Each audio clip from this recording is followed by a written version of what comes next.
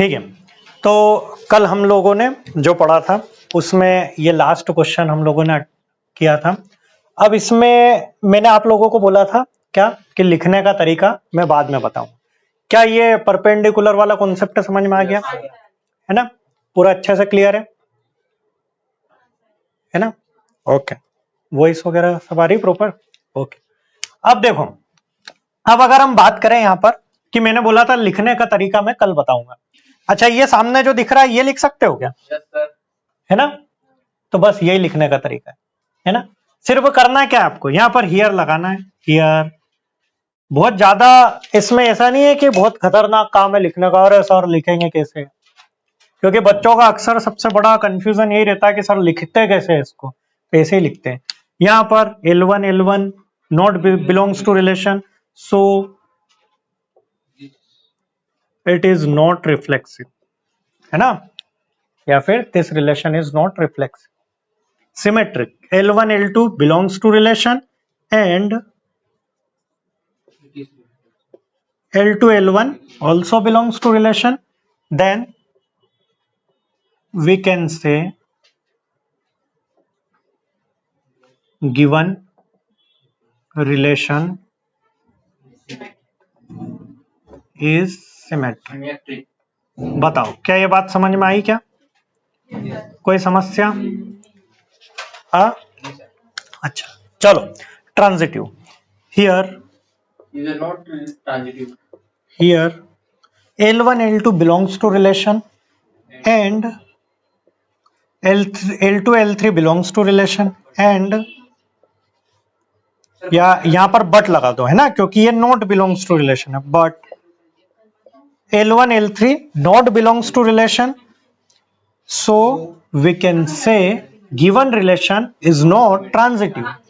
क्या आया समझ में? तो आखिरी में क्या लिखना है? सो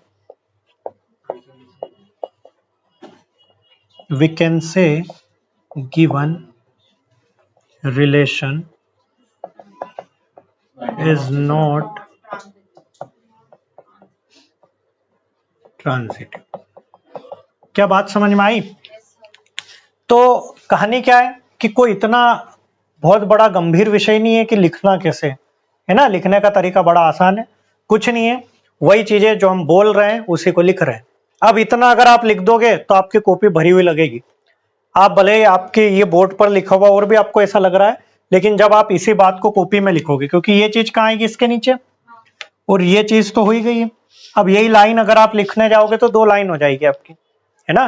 तो ऑटोमेटिक आपका क्वेश्चन पूरा भरा हुआ दिखेगा। समझ गए क्या?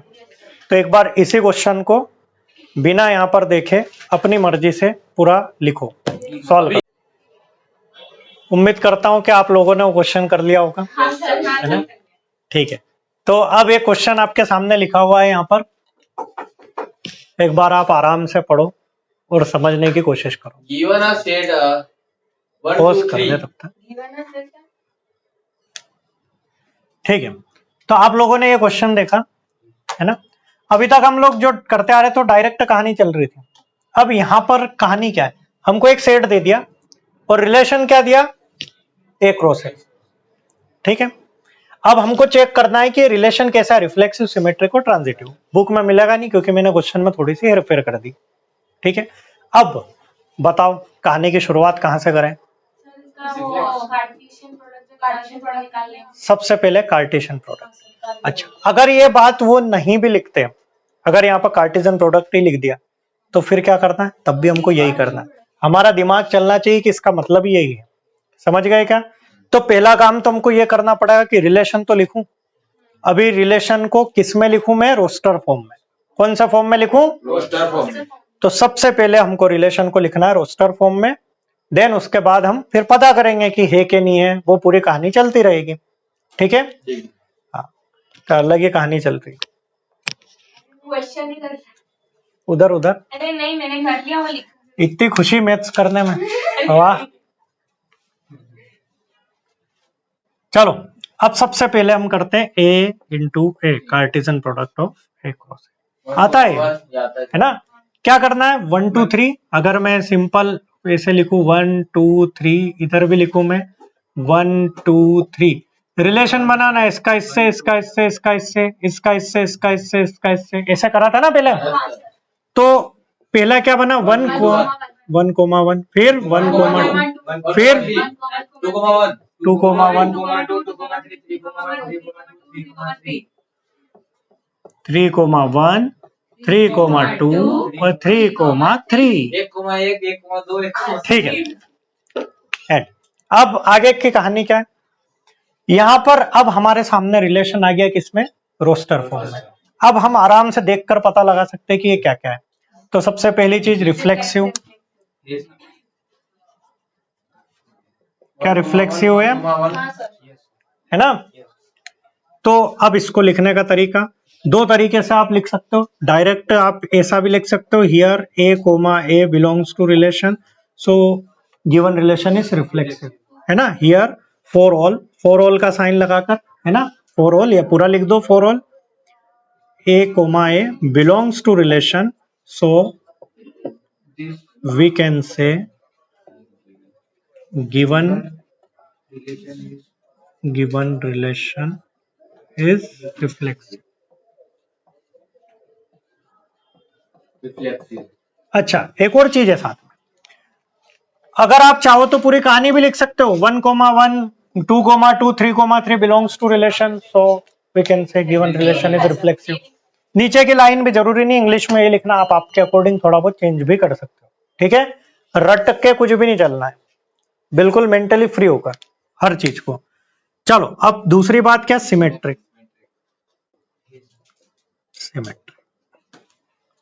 सिमेट्रिक में क्या है, क्या नहीं है। तो वंस अगेन सिमेट्रिक भी है, here for all A comma B belongs to relation, also B comma A belongs to relation, so we can say given relation is transitive नहीं, चेक करते ट्रांजिटिव भी।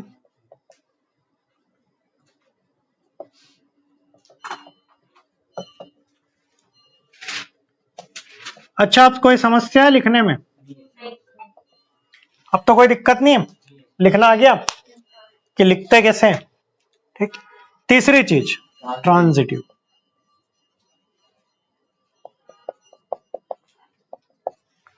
ट्रांजिटिव में क्या है, ये सर फर्स्ट से ही चेक करो, ये इसको इसको इसको इसको तो चेक ही नहीं करना है, ठीक है। तीन चीजों की कहानी तो हो गई, ये है, ये है और ये है। उसमें भी यही लिखा, उन्होंने पहले ही बोल दिया, बोले ए कोमा बी को ही देखना है। ए कोमा बी क्या है, 1,2।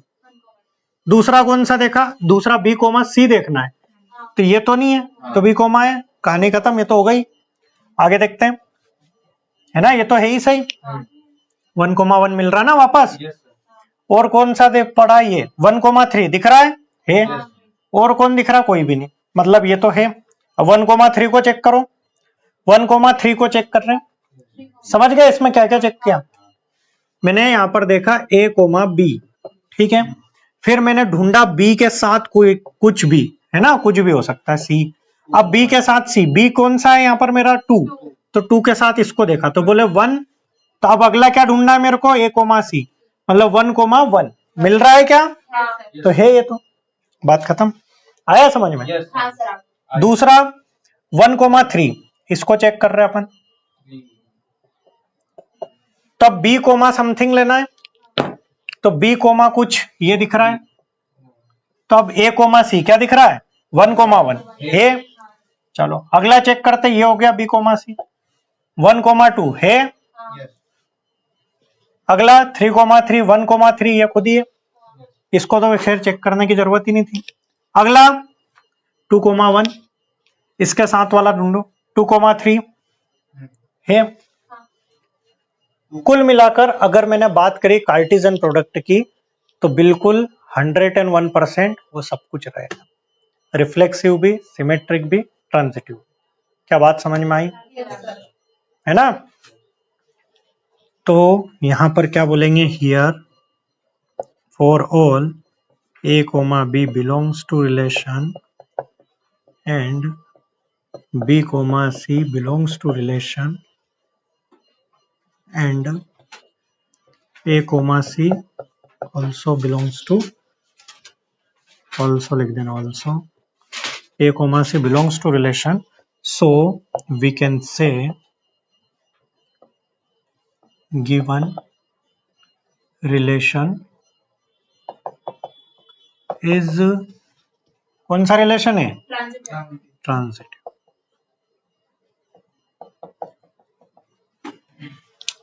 ठीक है, लिख लो। तो सभी ने नोट कर लिया होगा। अब हमारा जो बेसिक वाला पूरा जो पार्ट था वो यहाँ पर होता है अपना कंप्लीट।